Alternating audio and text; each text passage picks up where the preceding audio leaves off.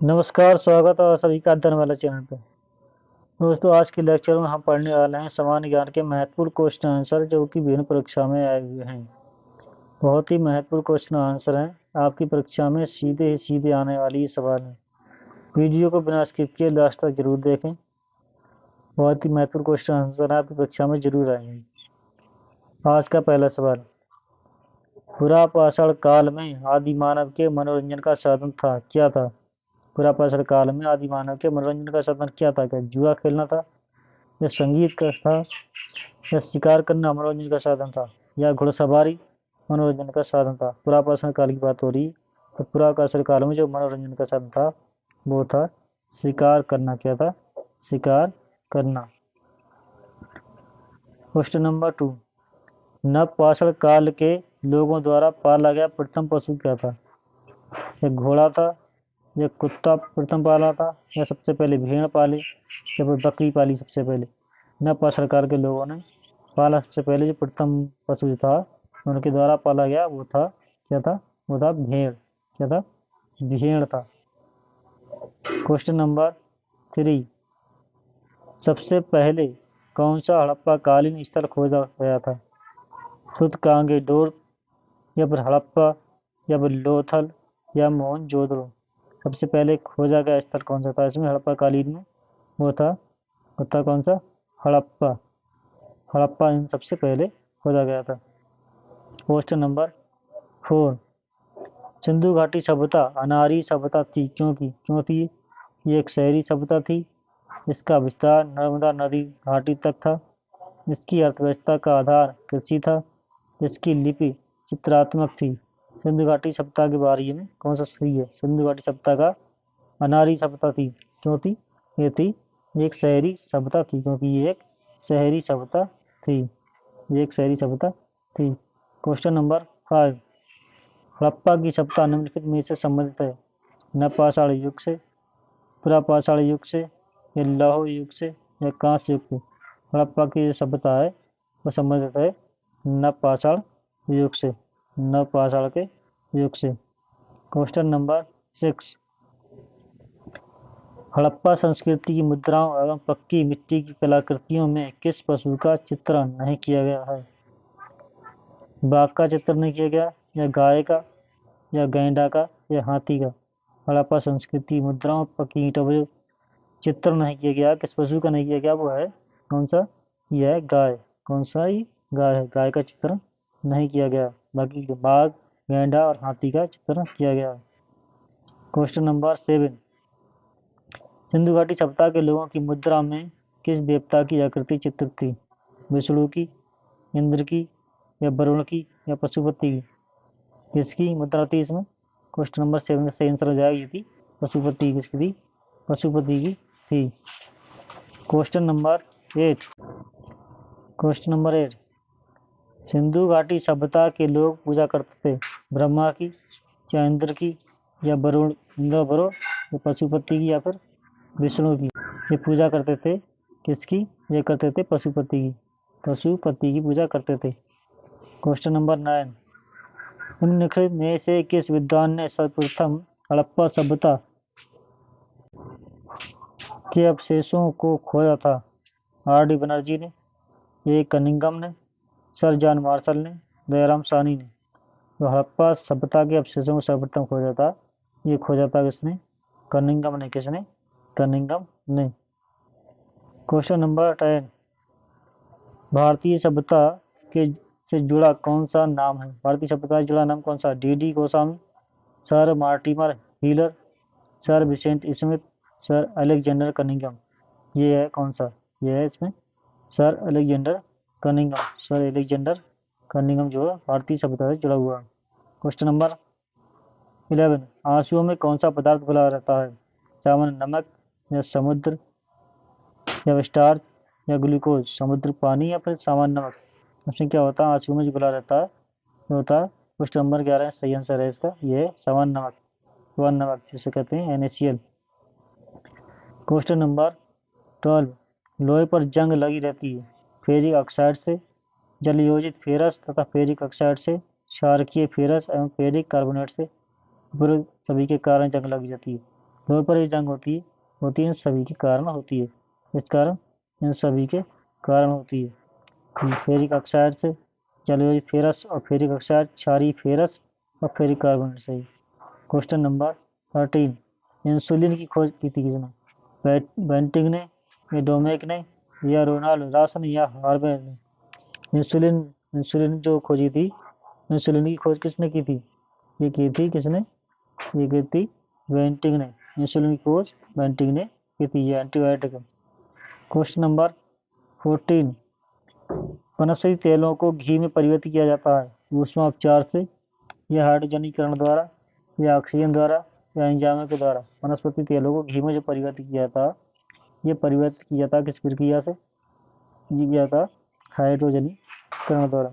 हाइड्रोजनीकरण द्वारा, हाइड्रोजन से रिएक्शन करा के।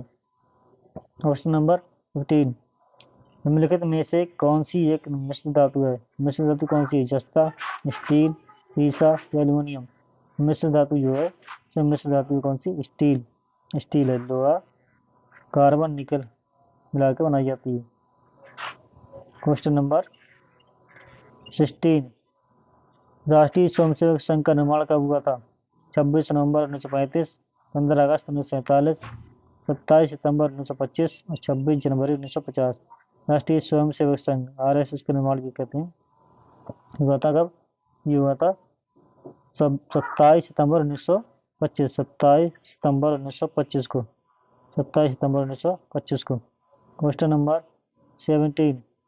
राष्ट्रीय स्वयंसेवक संघ का मुख्यालय कहाँ है? नागपुर में, भोपाल में, आगरा या अहमदाबाद? यह है इसका मुख्यालय। इसका मुख्यालय कहाँ है? यह नागपुर में। कहाँ पर है? नागपुर में। Question number 18। राष्ट्रीय स्वयंसेवक संघ का संस्थापक था कौन? कौन है इसमें? मोहन भागवत, अटल बिहारी वाजपेयी, मोरारजी देसाई, या केशव बलिराम हेडगेवार? राष्ट्रीय स्वयंसेवक संघ का संस्थापक है वो है कौन?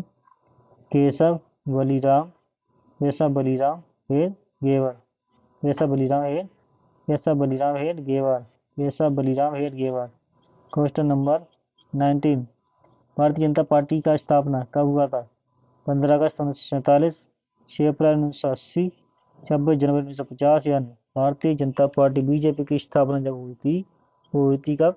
ये हुई थी 6 अप्रैल 1980 में। 6 अप्रैल 1980 में। Question number 20। भारतीय जनसंघ का स्थापना कब हुआ था? 27 सितंबर 1925, या 25 मार्च 1960, 21 अक्टूबर 1951 या नहीं? भारतीय जनसंघ की जो स्थापना हुई थी, जो हुई थी 21 अक्टूबर 1951। 21 अक्टूबर 1951 को। 21 अक्टूबर 1951 भारतीय जनसंघ की स्थापना हुई थी।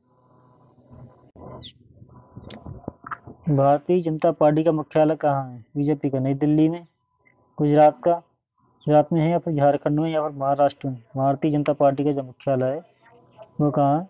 यह है कहाँ पर? नई दिल्ली में। कहाँ पर है इसका मुख्यालय? है यह है नई दिल्ली में।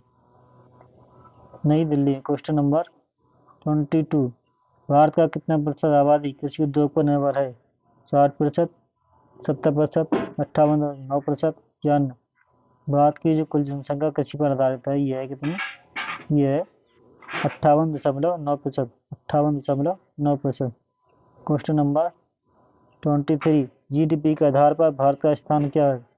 पांचवा या तीसरा, या सातवां या 13? GDP का आधार भारत का जो स्थान है, यह कितना? यह 20। GDP का जो स्थान है, यह है GDP के आधार पर 7वां स्थान हो गया। अब पहले 5वां तक था, अब कितना हो गया? 7वां हो गया। Question number 24। BBB purchasing power parity के आधार पर भारत का स्थान कितना है? 14, या 9वां स्थान, या 7वां स्थान, या पर तीसरा? यह कौन सा स्थान है? BBB के स्थान है। भारत का जो स्थान है वह है कौन सा? ये 3rd स्थान, तीसरा स्थान।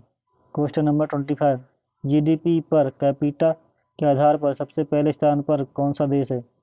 लग्जमबर्ग, संयुक्त राज्य अमेरिका, या कतर या अन्य? GDP पर कैपिटा के आधार पर सबसे पहले स्थान पर जो देश आता है वो है कतर। कौन सा है? यह है कतर।